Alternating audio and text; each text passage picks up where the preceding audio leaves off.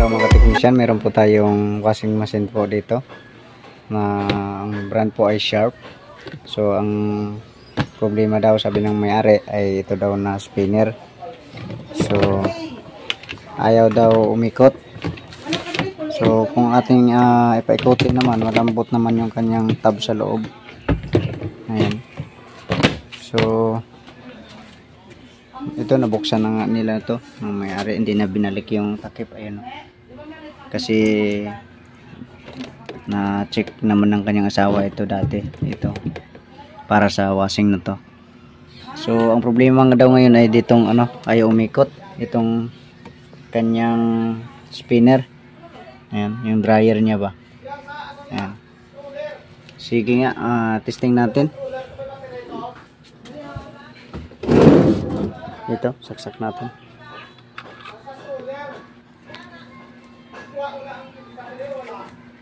Ito nga muna ang unahin natin ipandarin yung washing. So yun, mabong naman. Mandar naman yung washing niya. So dito tayo sa spinner. So ayun, umuugong lang pero hindi umiikot, malambot naman. So wag na natin patagalin, baka uminit yung motor. So yun po ang problema. Okay, so sa palagay ko nito ay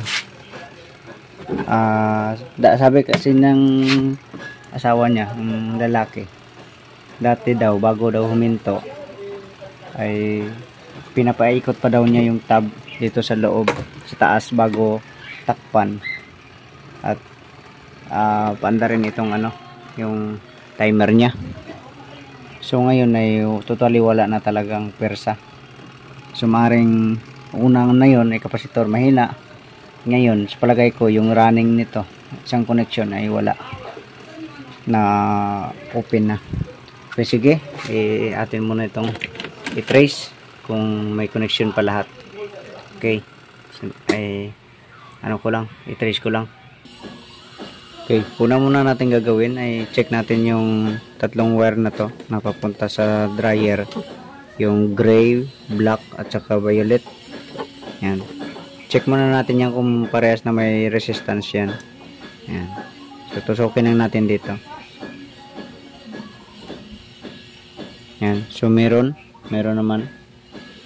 Tapos dito sa kabila,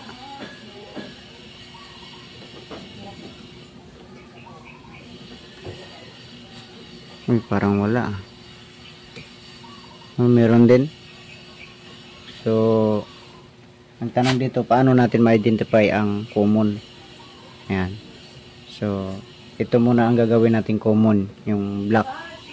Halimbawa lang, pag mag-trace, ayan, black.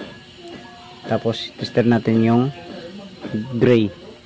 So mapansin natin ay 20 ang reading. Ayan, so times 10 po ang ating range. So pagdating sa violet, sobra sa 20, siya, nasa 14. Ngayon ang gawin naman nating common, itong gray. Ayan, subukan natin. So ito 20, ayan, gray at saka black, gray at saka naman violet. Ayun, nasa 30 na. Ito naman kaya ang gawin nating common, ang violet. Ayan, sa 30 na. Tapos yung isa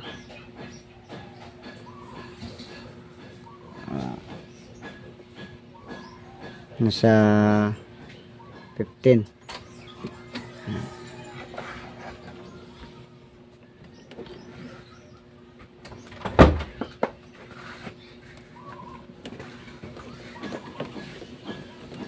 Nakakape ka na, Pastor?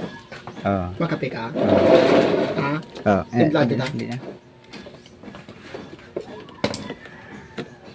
Ikaw dyan sa may labas ang nagagawa? Saan? Okay, ito. So ang pinaka common talaga nito ay black. So kung mapansin natin ito, ayan, so ito yung violet, yung purple ay ang kanyang running. Ayan. Ayan. So okay naman siya ang winding. So maaaring kapasitor ito. Okay, actual natin ang kapasitor. So ito ang kapasitor niya. 2-in-1 ang kapasitor. Bale, ang sa washing ay 11 UF 11 at saka 3 UF yung ano sa dryer. So mababa lang siya. 11 plus 3. Yan lang. Okay. Okay, meron tayong kapasitor na pan-testing. So dinagdag lang natin sa dati niyang kapasitor. So ang value ng bago na to ay 2.2. So pang-testing lang naman to. Okay, sige nga, testing natin.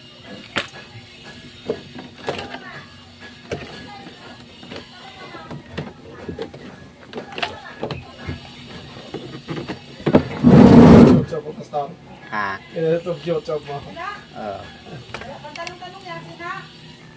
Sina? Malaking tulong talaga yung YouTube. Tanong-tanong sina? Sina? Ha? Malaking tulong talaga yan.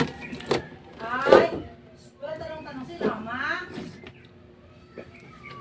Ano, ma? Ma? Ma? Ma? Wala pa.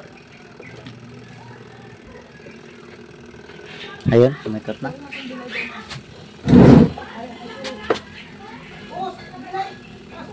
Ayan, tumikat na siya. Ayan o.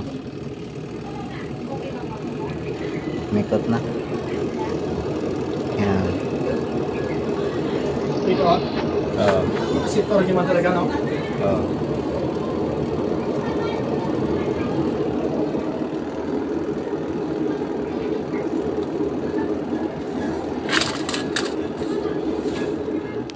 So, nakahanap na tayo ng 3 UF na kapasitor.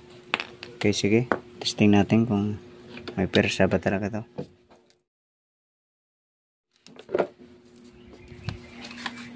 Ay, saksak.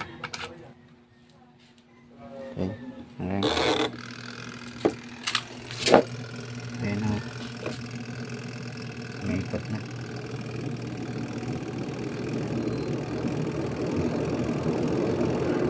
Okay, sige. Huwag kalimutan mag-subscribe. Ganyan lang po kadali. So, God bless po sa inyo lahat.